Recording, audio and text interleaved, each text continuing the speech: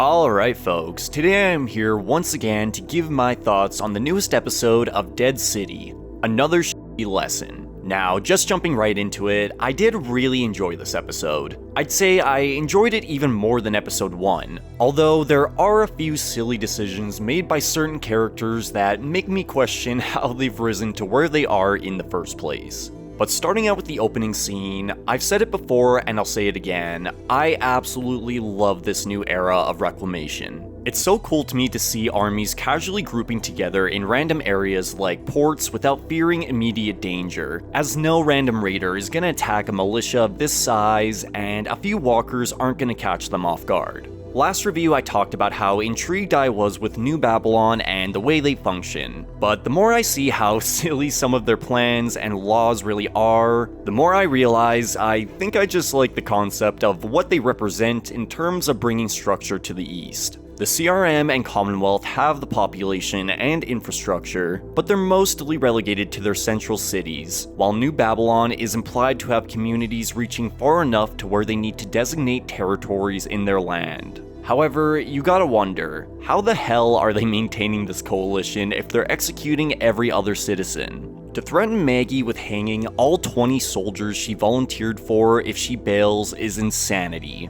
Sure, maybe one guy can be used as an example like they did last episode, but at that point, you're just wiping out your own communities. I unfortunately also need to mention, I'm very disappointed with Pearlie's characterization so far this season. I understand he got himself caught up in a lie, but he's literally risking their entire army and himself by refraining from speaking up about how organized and prepared the Islanders are despite having seen it himself. They're straight up just gonna sail up to Manhattan in the middle of the day on a giant boat, and Maggie can't even get the words out to express how stupid that plan is. But in order to ask the New Babylon's governor to hold off on these plans, Pearlie needs proof that the Croat is aware they are coming. And conveniently, moments later, Maggie spots a smoke signal in the distance which are commonly used by the Croat to communicate with the mainland. However, as she approaches, no Islanders are to be seen. Instead, Herschel Jr. emerges before explaining he couldn't just sit around and let her die in the city and needed to help.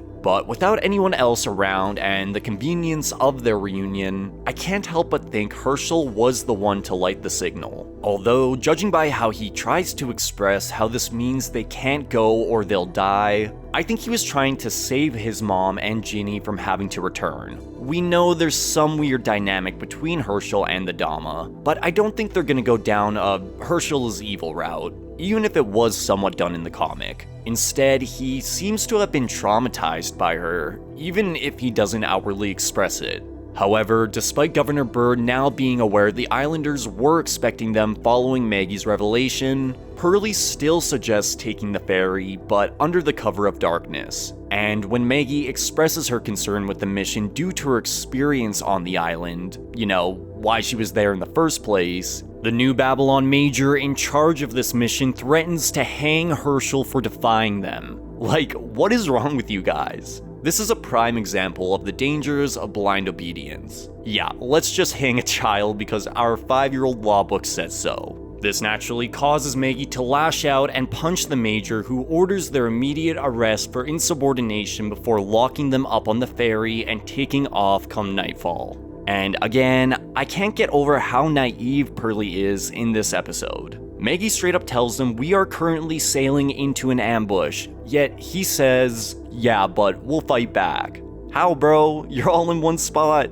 I really had high hopes for his character, but so far he's not really living up to how badass his introduction was. In the past, he would straight up execute citizens who disobeyed their laws, no matter how small. Yet here, he's risking them all just to cover his own ass when he was all about law and order last season, which I'm not particularly a fan of. Now, jumping over to Negan's side of the episode before storylines converge, we begin with Negan voluntarily hanging out in that cell as his buddy with the violin appears to play him a song. I'll admit, this scene was a bit too long for my taste, but I do really like how it tied into the end of the episode and showed us not all the Islanders were nasty people. Some were simply survivors ushered into their roles under the Dama, kind of like Negan himself, to an extent. We later get a scene where the Croat, Dama, and Negan debrief before battle as the smoke signal was spotted, which again, if it were Herschel, does imply he was directly working with them, but his language to Maggie suggests he could be faking loyalty while sabotaging them instead. Regardless, we learn not all of Manhattan's factions have rallied under their banner. A couple of the larger ones have yet to commit. New Babylon is sailing over at nightfall, and with Annie and Negan's son still allegedly en route to the island, Negan has no choice but to put on his acting pants and lead the people into battle, with the goal being to show these other factions what true power looks like, as the first step consists of filling barrels with methane to act as bombs against their enemies. Here, we get a really great scene where the Croat fangirls over Negan and tells the story of how the Saviors welcomed a group of savages into the sanctuary with open arms and fed them a feast, only to replace the meat with walker flesh and fill up the sanctuary's undead moat. Suddenly, the kingdom feeding tainted pigs to the Saviors doesn't sound so bad. Negan tries to play it as if he was happy to share in these memories, but it's written all over his and his violin buddy's face how uncomfortable the story and the Croats' reaction to it made them. Although the point of the story was to express that Negan was their savior. He gave their enemies the punishment they deserved, which most of his sadistic saviors admired. But now, after all these years, he's expected to bring that same energy. And that he does as the ferry approaches in the distance, only to hit one of their bombs dropped into the water before facing the full fury of the island. The fact that New Babylon really thought this plan of sailing right up to the island was a good idea is silly without a doubt, but the barrage of bombs against the ferry was really exciting. Even Negan started to get into it despite his reluctance. Obviously, Herschel and Maggie were never gonna die here, but there was definitely tension watching them struggle to get out of their cuffs while under attack. Here, Herschel tells his mother this is his fault and that he messed it all up, which isn't elaborated on at the time, but presumably refers to the smoke signal failing to stop them from crossing. But thankfully, Ginny was there to free them as they, along with the remaining soldiers, fled onto an escape boat, where they are spotted by Negan, who actually allows them to get away before sinking the ferry for good.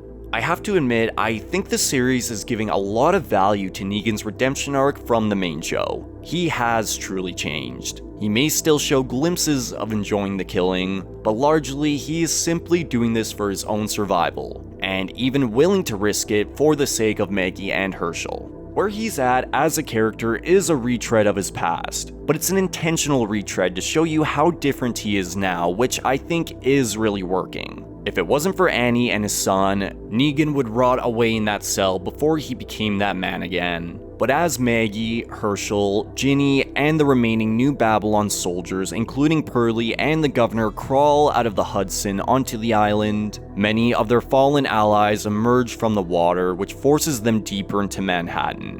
Why Maggie claims there were too many to handle when she single-handedly took out 20 last episode, I don't know. But regrouping as the sun comes up while closing out the New Babylon section of the episode, the soldiers begin listening to Maggie's commands as she has been right about everything so far. But what follows is a scene of Ginny hiding a gun within her backpack while shifting her gaze towards Maggie in a sketchy manner. If I were to guess, I think her looking at Herschel and Maggie during this scene is a mislead to make you think she's gonna assassinate Maggie. But in reality, I bet the whole reason she's here in the first place is to kill Negan, given how brutal their last meeting was in season 1. Although, I guess we'll just have to see if she even makes it through alive, as we end off with the group heading into the wilds of Central Park. A really cool set piece that I'm super excited to see fleshed out next episode. And closing out Negan's section of the story, the Dama praises the explosive nature of the battle as a New Babylon prisoner is brought in for questioning.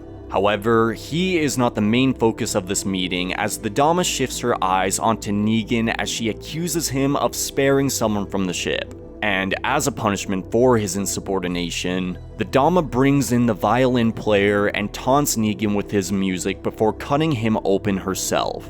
This is as clear a message that could be sent. Negan is owned by the Dama now, and any sense of holding back will be met with harsh punishment, and it won't always be directly against him. Feeding him cockroaches was one thing, but killing his friends and family is a whole other. If Annie and his son are on their way, these threats are about to become even more personal for Negan, so no matter how little he wants to participate in this operation, he unequivocally will be its face to unite the people, or risk losing his own. I could see a few people being annoyed about this death as the character had shown some potential, but at the end of the day, he was created to serve Negan's story, not his own. Some characters do need to die, it's just a matter of choosing who and when to do it, and in this case, I thought it worked really well. But those were pretty much my thoughts on episode 2. I've seen a few comments about some people not being able to get into the plot line of the show, but in my opinion, it's really working. I think the war for methane is a really interesting concept, and the consequences or benefits that could come from it can't be understated. I forgot to give a rating last review, so I think I'd give episode 1 a 7.5 out of 10 and episode 2 an 8. Some small dumb things have brought down my enjoyment, but overall, I'm having a lot of fun with this season. Far more than I had with the Book of Carol, that's for sure. The Dama is insane and seemingly far more dangerous than expected, and the Croat is one of my favorite new era characters period with how much fun the writers seem to have with him. But I'm excited to hear your thoughts in the comments down below. It seems many of you are liking the series as well, so I want to hear all about it. But that's gonna do it for me today, folks. As always, thank you so much for watching.